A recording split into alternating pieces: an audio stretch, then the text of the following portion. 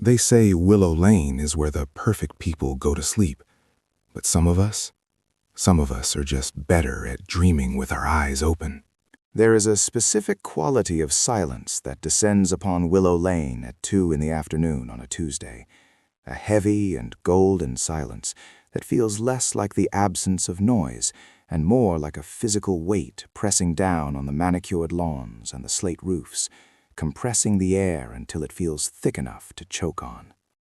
If you were to stand in the center of the asphalt, midway between Judge Thorne's imposing brick fortress at House 1 and the overgrown, shadow-drenched driveway of Julian Vane at House 15, you would hear nothing but the distant, rhythmic hiss of the highway miles away, a sound that mimics the ocean but carries none of its romance, only the ceaseless friction of tires on pavement, of people rushing towards lives that are busier and louder than the ones we cultivate here. It is in this vacuum of sound, this deceptive tranquility, where the sun bleaches the color from the hydrangeas and the shadows retreat under the eaves, that the true nature of the street reveals itself, not as a collection of homes, but as a series of sealed boxes, each one containing a pressurized atmosphere of secrets that are strictly maintained by the people living inside them. We like to believe that our walls are thick enough to keep the world out, that the deadbolts we slide into place at night are barriers against the chaos of the unknown. But we rarely consider that locks are mechanical devices with tolerances and vulnerabilities, and that the greatest threat to our sanctity is rarely the stranger kicking down the door, but the person who has watched us long enough to know exactly when we leave it unlocked. Or worse, the person who has a key that we never gave them. Sarah Miller, standing behind the sheer voiles of her living room window in House 4, knew the rhythm of the street better than she knew the rhythm of her own heart, and she watched the world outside with the detached, clinical focus of a predator or a scientist, her breath fogging the glass in a small, fading circle as she observed the ritualistic departure of her neighbors. She saw the heavy oak door of House 12 open, and she watched Evelyn Reed step out onto her porch, a frail figure wrapped in a cardigan despite the heat, clutching a reusable canvas bag that Sarah knew contained exactly 3 library books to be returned, and a grocery list for essentials that would sustain her solitary existence for another 4 days. Evelyn, the retired librarian, moved with the careful, brittle deliberation of someone who fears that a sudden movement might shatter her bones or her memories, and Sarah waited, her fingers resting lightly on the cool sill, until Evelyn's beige sedan backed out of the driveway, the engine sputtering slightly before catching, and rolled down the street, turning right at the stop sign and disappearing into the suburban sprawl beyond. The street was empty now, a stage cleared of its actors, leaving only the set design of perfectly trimmed hedges and silent facades. And Sarah turned away from the window, moving through her own house with a fluid, silent grace that seemed at odds with the modern, angular furniture that her husband, Mark, had selected for their home. Mark was an architect, a man of lines and structures, a man who believed that order could be imposed on chaos through geometry. And their home was a testament to his ego, a place of glass and steel and polished concrete, where footprints were wiped away before they could settle. But Sarah was the ghost in his machine, the variable he had never accounted for in his blueprints.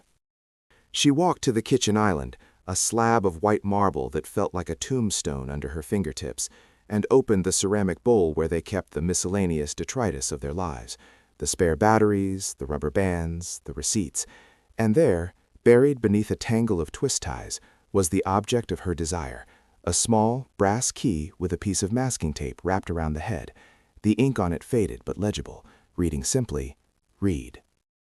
Mark had the key because he had designed the renovation for Evelyn's sunroom 3 years ago, a project that had required access when the widow was out at her doctor's appointments, and though the work had been finished for years, the key had never been returned, forgotten by the architect who moved on to grander designs, but remembered by his wife, who collected access the way other women collected shoes or recipes. Sarah picked it up, feeling the jagged teeth of the metal against her thumb, the brass warming instantly to her body heat, and she felt a surge of adrenaline that was not fear, but a profound and intoxicating sense of purpose, because to hold the key to another person's home is to hold the key to their mind, to their private history, to the version of themselves that exists only when the curtains are drawn and the masks are taken off. She did not run across the street, for running draws the eye, and the first rule of invisibility is to move as though you belong exactly where you are. So she walked down her driveway and crossed the asphalt with a casual, leisurely gait, checking her mail at the curb, pausing to inspect a weed growing in the crack of the sidewalk. Her posture relaxed, her face a mask of pleasant boredom, even as her heart hammered a frantic rhythm against her ribs. House 12 was a cottage-style structure, older than the miller's modern box, with ivy climbing the brickwork and a porch that smelled of damp wood and potting soil. And as Sarah stepped into the shadow of the overhang, she did not look over her shoulder, because looking back implies guilt, and she felt no guilt, only a desperate, gnawing hunger to step out of her own life and into someone else's, even if only for an hour. The key slid into the lock with a sensation that was almost erotic in its smoothness, the tumblers clicking into place with a satisfying, mechanical obedience. And Sarah turned the knob, the door swinging inward on well-oiled hinges to reveal a hallway that smelled of lavender, old paper, and the distinct, dusty sweetness of dried flowers.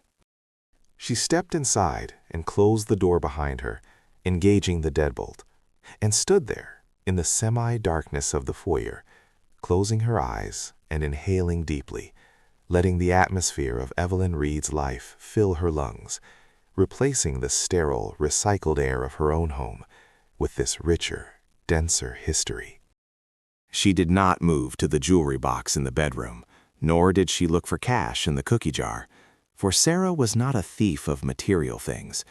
She was a thief of moments, a parasite of intimacy who fed on the mundane details of other people's existence.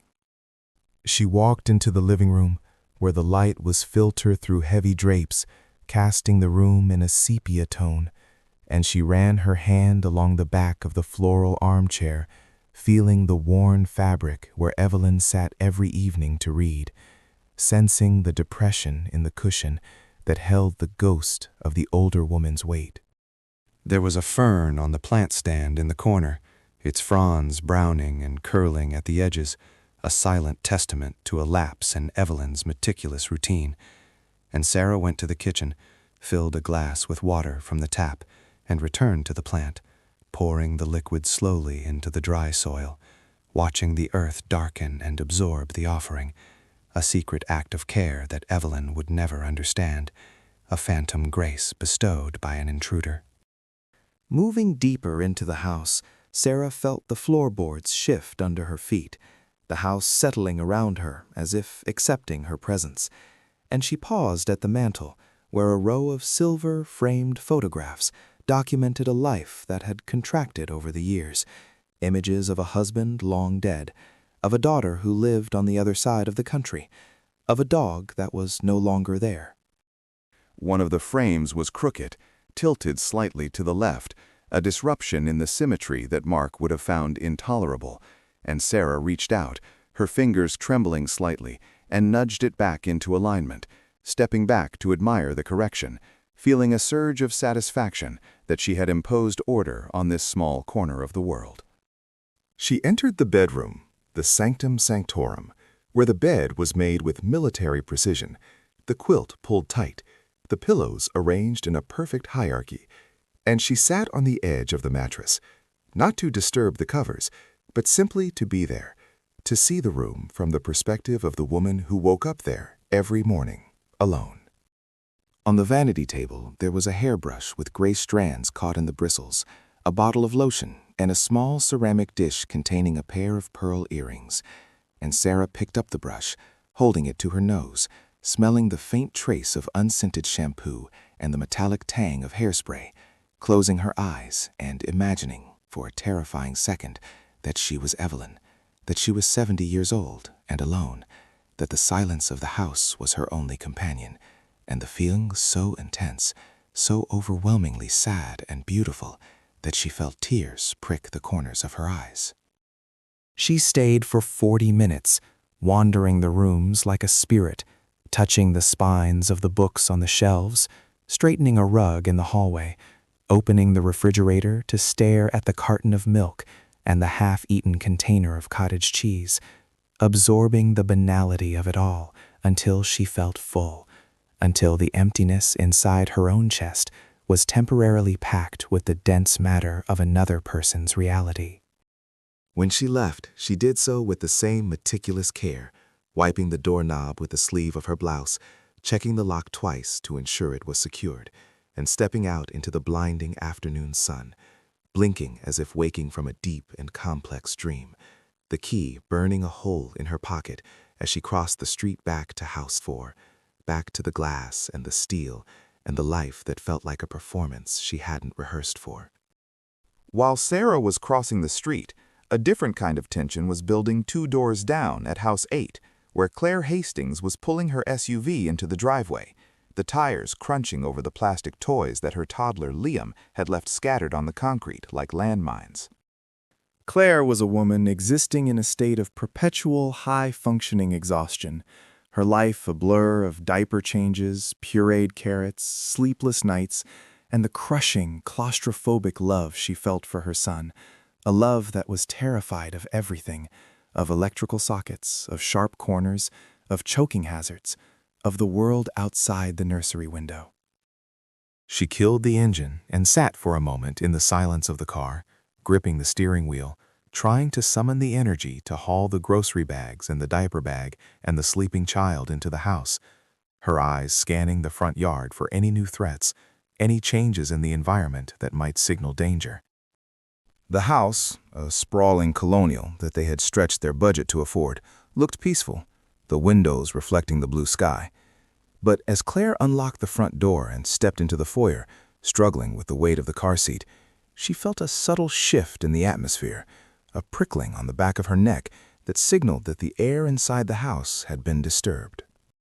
It wasn't a sound, for the house was silent, and it wasn't a visual cue, for the pile of mail was still on the table and the shoes were still kicked off by the stairs.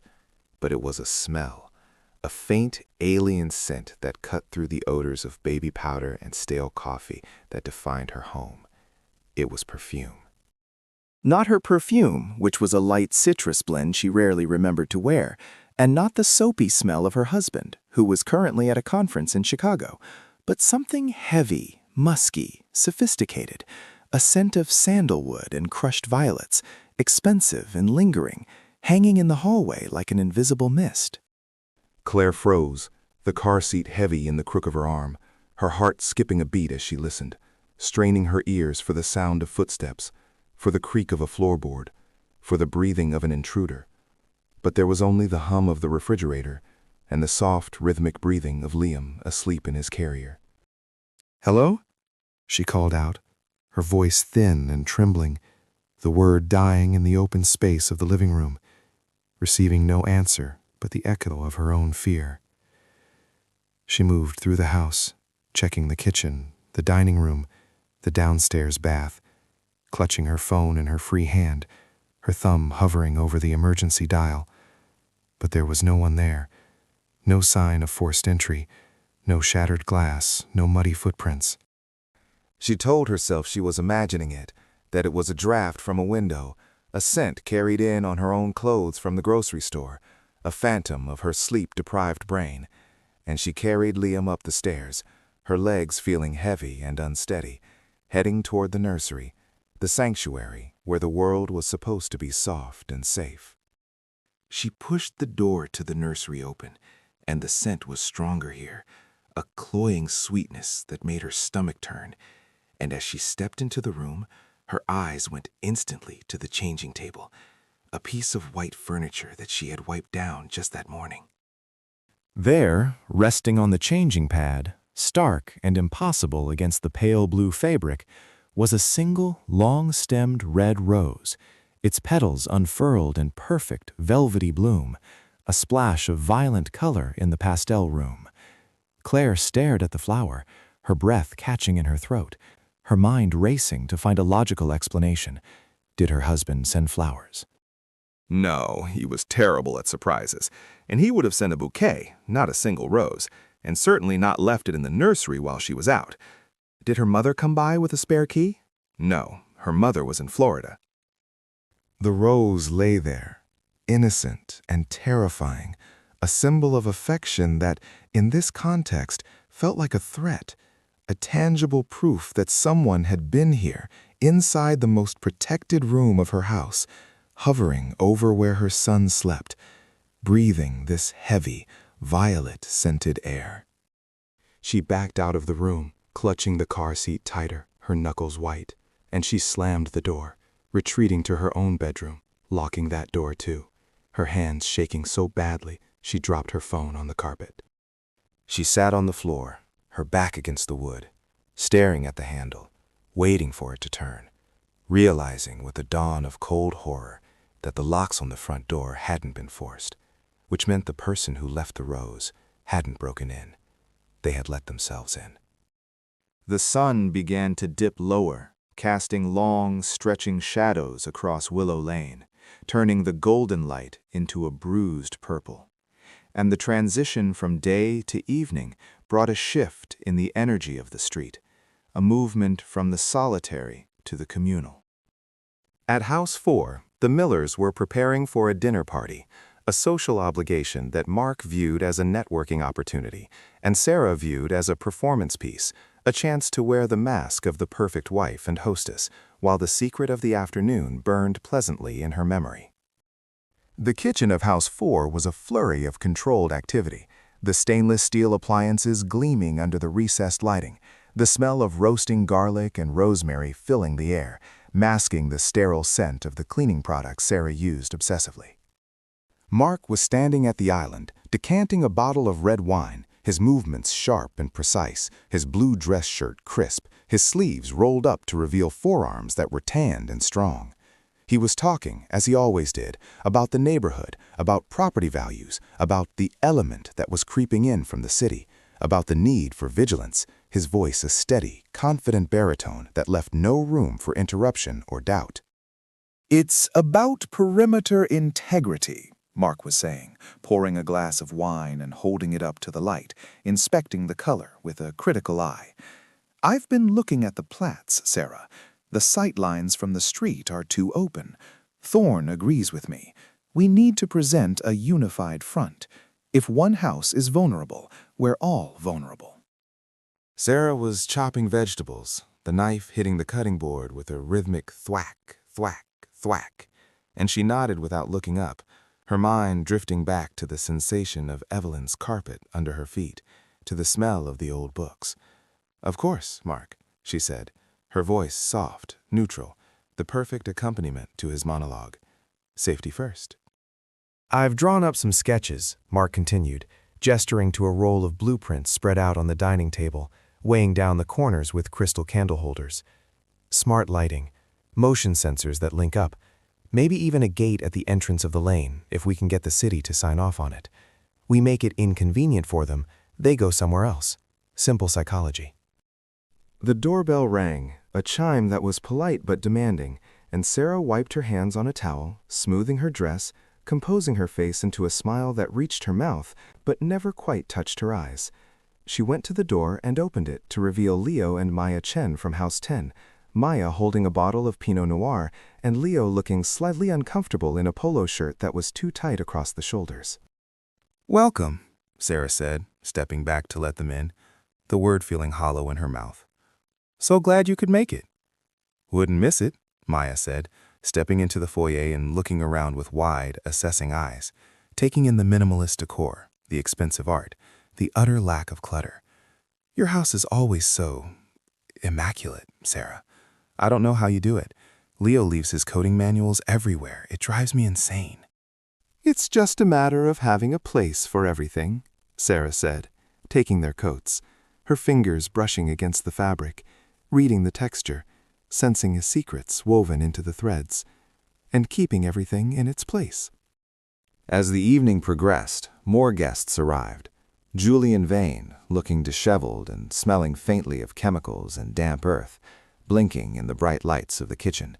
Silas Blackwood, from House 13, silent and watchful, his eyes tracking the movement of the guests like a bird of prey. And finally, Claire Hastings, who arrived alone, looking pale and brittle, her eyes darting around the room, clutching her purse as if it contained a weapon. They gathered in the open, planned living area, the conversation flowing in predictable eddies, the weather, the school board elections, the construction on the highway. But there was an undercurrent of tension, a frequency of anxiety that hummed beneath the chatter. Claire was drinking her wine too fast, her hand trembling every time she lifted the glass, and she kept glancing at the windows, at the darkness pressing against the glass. "Is everything all right, Claire?" Maya asked, touching Claire's arm gently. "You seem a little jumpy." Claire laughed, a sharp, fractured sound that caused conversation to pause for a fraction of a second. "Oh, tired. Liam is teething, and honestly, I think I'm just paranoid. I came home today, and I swear someone had been in the house." The room went quiet. Mark set his wine glass down, his interest piqued, his predator instincts activated. "In the house? Did you call the police?" No, Claire stammered, flushing under the attention. "Nothing was taken. It was just a smell and a flower. It sounds crazy. I'm sure it was nothing." "It's not crazy," Mark said, his voice dropping to a serious, confidential register. "It's exactly what I've been talking about. They test the perimeter. They come in to see what you have, to see your schedule. They don't take anything the first time. They're casing you." Sarah stood by the kitchen island, watching them, feeling a cold, detached amusement. She watched Claire's terror, watched Mark's ego inflate as he found a new crusade, watched the fear ripple through the room like a contagion. She knew the truth, knew that there was no gang, no they, only her, only the quiet, desperate need to feel something, to be someone else. But she said nothing, merely sipping her water, her face a mask of sympathetic concern. "I have the plans right here," Mark said, seizing the moment, walking over to the dining table and unrolling the blueprints, the paper crinkling loudly in the quiet room. "Look. If we install cameras here and upgrade the locks on the back doors, most standard deadbolts are a joke, by the way, we can lock this street down." The guests gathered around the table, looking down at the blue lines that reduced their homes to geometry, seeking comfort in Mark's illusion of control. Sarah remained in the kitchen, cleaning up the appetizers, her movements efficient and silent. She picked up the crystal bowl from the counter, the one that usually held fruit but was currently empty, and she reached into her pocket, her fingers closing around a brass key to Evelyn Reed's house. She looked at the group of neighbors, their backs to her, huddled around the plans for their fortress, terrified of the invisible threat from the outside, completely oblivious to the threat standing in their kitchen, serving them wine. She thought about the rose she had left for Claire, a gift, really, a moment of beauty in a chaotic life, and she thought about the fern she had watered for Evelyn. She wasn't flirting them, she was participating. She was the secret ingredient in the soup of Willow Lane. She walked over to the side table near the entrance of the dining room, where a decorative crystal bowl sat. A different bowl, the one where Mark insisted guests place their car keys if they had been drinking, a pretentious affectation he had picked up from a movie. It was empty now. Sarah held her hand over the bowl. The conversation lulled for a moment as Mark took a breath to emphasize a point about motion sensors. In that brief window of silence, Sarah opened her hand. The heavy brass key, with its faded tape label reading "Reed," fell from her fingers.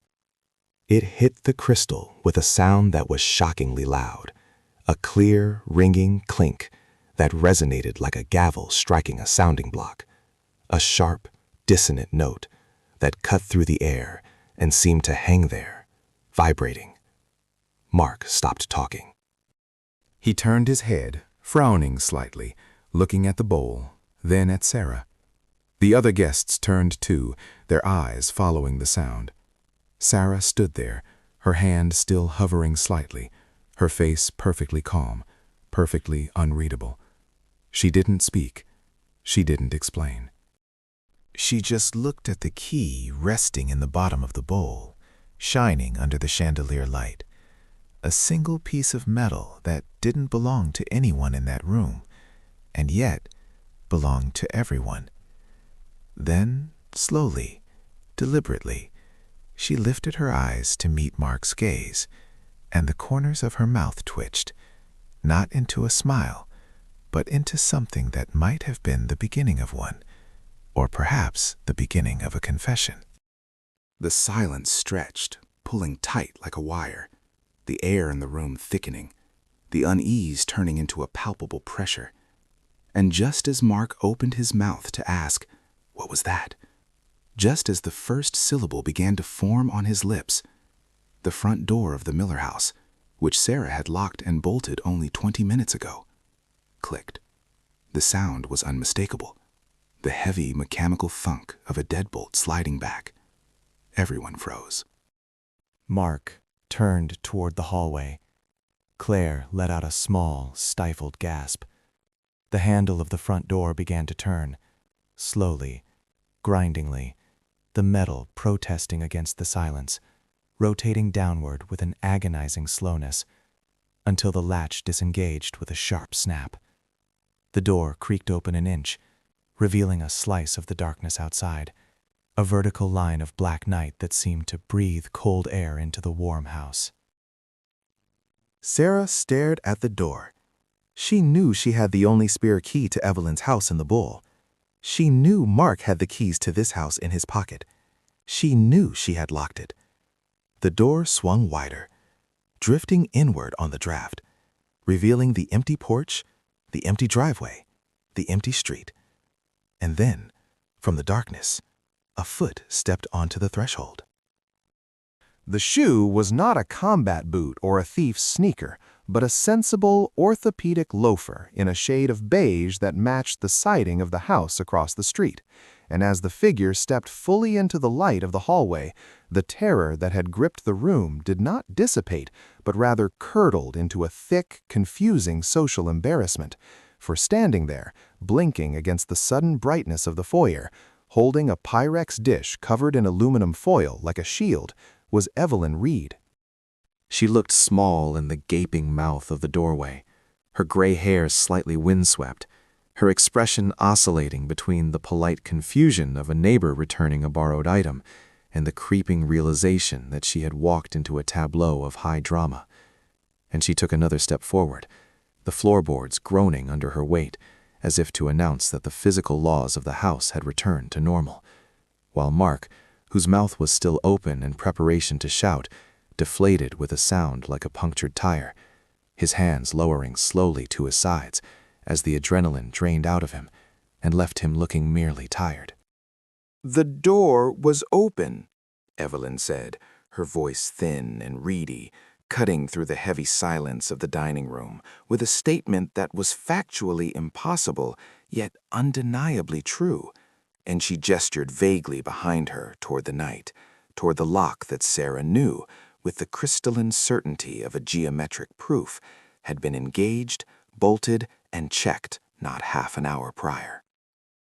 Mark blinked, the professional mask of the neighborhood security expert slipping back into place, though it sat crookedly now, and he stepped over the threshold of the dining room, forcing a laugh that sounded like dry leaves scraping together, telling Evelyn that she must be mistaken, that the house was a fortress, that the censors would have chimed.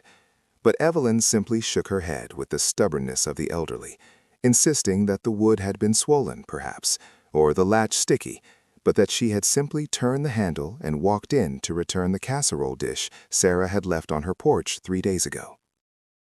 Sarah stood rooted to the spot near the crystal bowl, her heart hammering a frantic rhythm against her ribs because she knew that Evelyn was lying, or worse, that Evelyn was telling the truth, which meant that someone else had been at the door, someone who had silently, skillfully unlocked it and then vanished into the shadows, leaving it prepared for this mundane intrusion. Or perhaps, and this was the thought that made her blood run cold, perhaps Sarah's memory was finally betraying her, the edges of her reality fraying just enough to let the draft in. The dinner party dissolved not with a bang, but with the awkward, shuffling disintegration of people who have witnessed something they cannot quite categorize, and the guests began to collect their coats and purses with a haste that bordered on rude, murmuring vague platitudes about the lateness of the hour and the need to relieve babysitters, their eyes darting toward the front door as if expecting it to fly open again, while Mark stood in the foyer playing the role of the gracious host, shaking hands and clapping shoulders, his voice too loud, his smile too wide, trying to patch the cracks in the evening with volume and bonhomie. Sarah remained in the dining room, her hand resting on the back of a chair, listening to the chorus of engines starting in the driveway, the sweep of headlights across the front window, and the eventual heavy thud of the front door closing for the final time, followed immediately by the sound of Mark throwing the deadbolt, the chain, and the secondary latch he had installed the previous weekend, a sequence of mechanical clicks that sounded like a prison entering lockdown. She looked down at the crystal bowl. The light from the chandelier caught the facets of the glass, fracturing into rainbows that danced across the mahogany table, illuminating the dust motes swirling in the stagnant air. And she saw the car keys of the guests were gone, retrieved by their owners in the exodus. But in the center of the bowl, resting exactly where she had dropped it, lay the heavy brass key with the label Reed. It seemed to pulse, a dark heart in a crystal chest, and Sarah reached out, her fingers trembling slightly, to snatch it back, to hide it in her pocket before Mark returned, before the questions began. But just as her fingertips brushed the cold metal, she heard Mark's footsteps, heavy and purposeful, in the hallway, approaching the dining room not with the rhythm of a husband coming to help clean up, but with the cadence of an investigator approaching a crime scene. She withdrew her hand, the movement smooth and serpentine, tucking a loose strand of hair behind her ear instead, and turned to face him as he entered the room, his face flushed, his tie loosened, his eyes scanning the wreckage of the dinner, the half-eaten roast, the wine stains on the linen, the wilting centerpiece, before landing, inevitably, heavily, on her. She said it was open, Mark said, not asking a question but stating a grievance, his voice low and devoid of the warmth he reserved for public performance, and he walked over to the sideboard to pour himself the last of the red wine, the bottle clinking against the glass with a tremor that betrayed his own rattling nerves. "I locked it, Mark," Sarah replied, her voice steady. The lie, or the truth, she wasn't sure anymore, coming easily to her lips, and she began to stack the dessert plates, the china clattering softly, creating a wall of domestic noise between them, a barrier of routine to hold back the rising tide of suspicion. Mark took a long drink, his eyes never leaving her back, and the silence stretched between them, elastic and taut, filled with the unspoken accusation that she was careless, that she was sabotaging his sanctuary, or perhaps something darker, a suspicion that he couldn't quite articulate. And finally, he set the glass down and walked toward the crystal bowl, his hand hovering over it just as hers had done, his eyes fixing on the brass key that lay there, exposed and undeniable. "Who forgot their key?" he asked, reaching in and picking it up, the brass dull against his palm, and he turned it over, squinting at the faded masking tape label in the dim light, reading the name Reed, written in Sarah's own handwriting, a relic from 3 years ago when she had watered Evelyn's plants during a vacation, a key she was supposed to have returned, a key she had sworn was lost. Sarah froze, a stack of plates in her hands, her breath catching in her throat, waiting for the explosion, waiting for the realization to dawn on his face that his wife was a thief of access, a collector of entryways. But Mark simply frowned, rubbing his thumb over the tape, his mind clearly struggling to connect the object in his hand with the woman standing before him, the cognitive dissonance creating a fog that she prayed would not lift. "Must be Evelyn's," he muttered, more to himself than to her, assuming the elderly woman had dropped it in the confusion of her entry, a logical leap that made no sense if one thought about it for more than a second. Why would Evelyn have a key labeled with her own name? But Mark was a man who built systems, not a man who analyzed anomalies, and he tossed the key back into the bowl with a careless clatter, turning away to extinguish the candles on the mantel. "I'll run it over to her tomorrow," he said, blowing out the first candle, the smoke curling up in a gray ribbon, and then the second, plunging the room into semi-darkness. And Sarah exhaled, a soundless release of tension that left her knees weak. But as she watched him move to the third candle, she saw him pause, his head tilting slightly, his gaze fixing on something outside the window, something in the darkness of the yard that the dying light had revealed. "Sarah," he said, and this time his voice was different, stripped of annoyance, stripped of fatigue, replaced by a hollow, vibrating note of genuine confusion that made the hair on her arm stand up. She set the plates down, the porcelain clicking softly on the table, and walked to his side, following his gaze through the sheer curtains, past the reflection of the dining room, out into the black void of Willow Lane, where the streetlights hummed with their sickly sodium glow. Across the street, House 12, Evelyn's house, was dark, save for the porch light that illuminated the peeling paint of the railing. But it wasn't the house that Mark was looking at. It was the space between the houses, the narrow, shadowed alleyway that ran between Evelyn's property and the empty lot next door, a strip of darkness where the neighborhood kids sometimes smoked, where the stray cats hunted, and where now, illuminated briefly by the sweep of a passing car's headlights, a figure was standing. It was not Devlin. It was a man, tall and motionless, wearing a coat that seemed to absorb the light, and he was not looking at the street, nor at the cars, nor at the sky.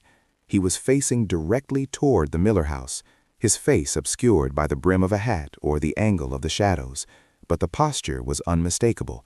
He was watching them, standing with the patience of a statue, his hands deep in his pockets, his stillness so absolute that he looked less like a person and more like a hole in the world. "Is that—" Mark started, squinting, his breath fogging the glass, but before he could finish the sentence, the figure moved, not with a sudden bolt, but with a slow, fluid retreat, stepping backward into the deeper gloom of the alleyway, merging with the night until there was nothing left but the empty space and the wind tossing the branches of the oak trees. Sarah felt a coldness bloom in her stomach, a sensation distinct from the fear of being caught, distinct from the paranoia of the open door. This was the primal, lizard-brain recognition of a predator, and she realized with a jolt that while she had been playing her games of intrusion, while she had been the ghost haunting the neighborhood, someone else had been haunting her. Someone who had perhaps watched her let herself into Evelyn's house, someone who had watched her drop the key, someone who knew that the sanctity of Willow Lane was nothing more than a fragile agreement between glass and locks. Mark turned away from the window, his face pale, and went to the wall panel where the security system controls were housed, his fingers stabbing at the buttons, arming the perimeter, maximizing the sensitivity, his movements jerky and panicked. But Sarah stayed at the window, pressing her forehead against the cold glass, staring into the darkness where the figure had been. She knew she should be afraid. She knew she should be comforting her husband, reinforcing the narrative of the dangerous outsider. But as she stared at the empty alley, a strange, intoxicating thought uncurled in the back of her mind, a thought that tasted like copper and rain. For if someone was watching, if someone had seen everything, then for the first time in her life, she was not merely a spectator in the theater of the street, nor a secret actor on a hidden stage, but a protagonist who had finally, terrifyingly, been found by her audience. The phone on the kitchen wall began to ring,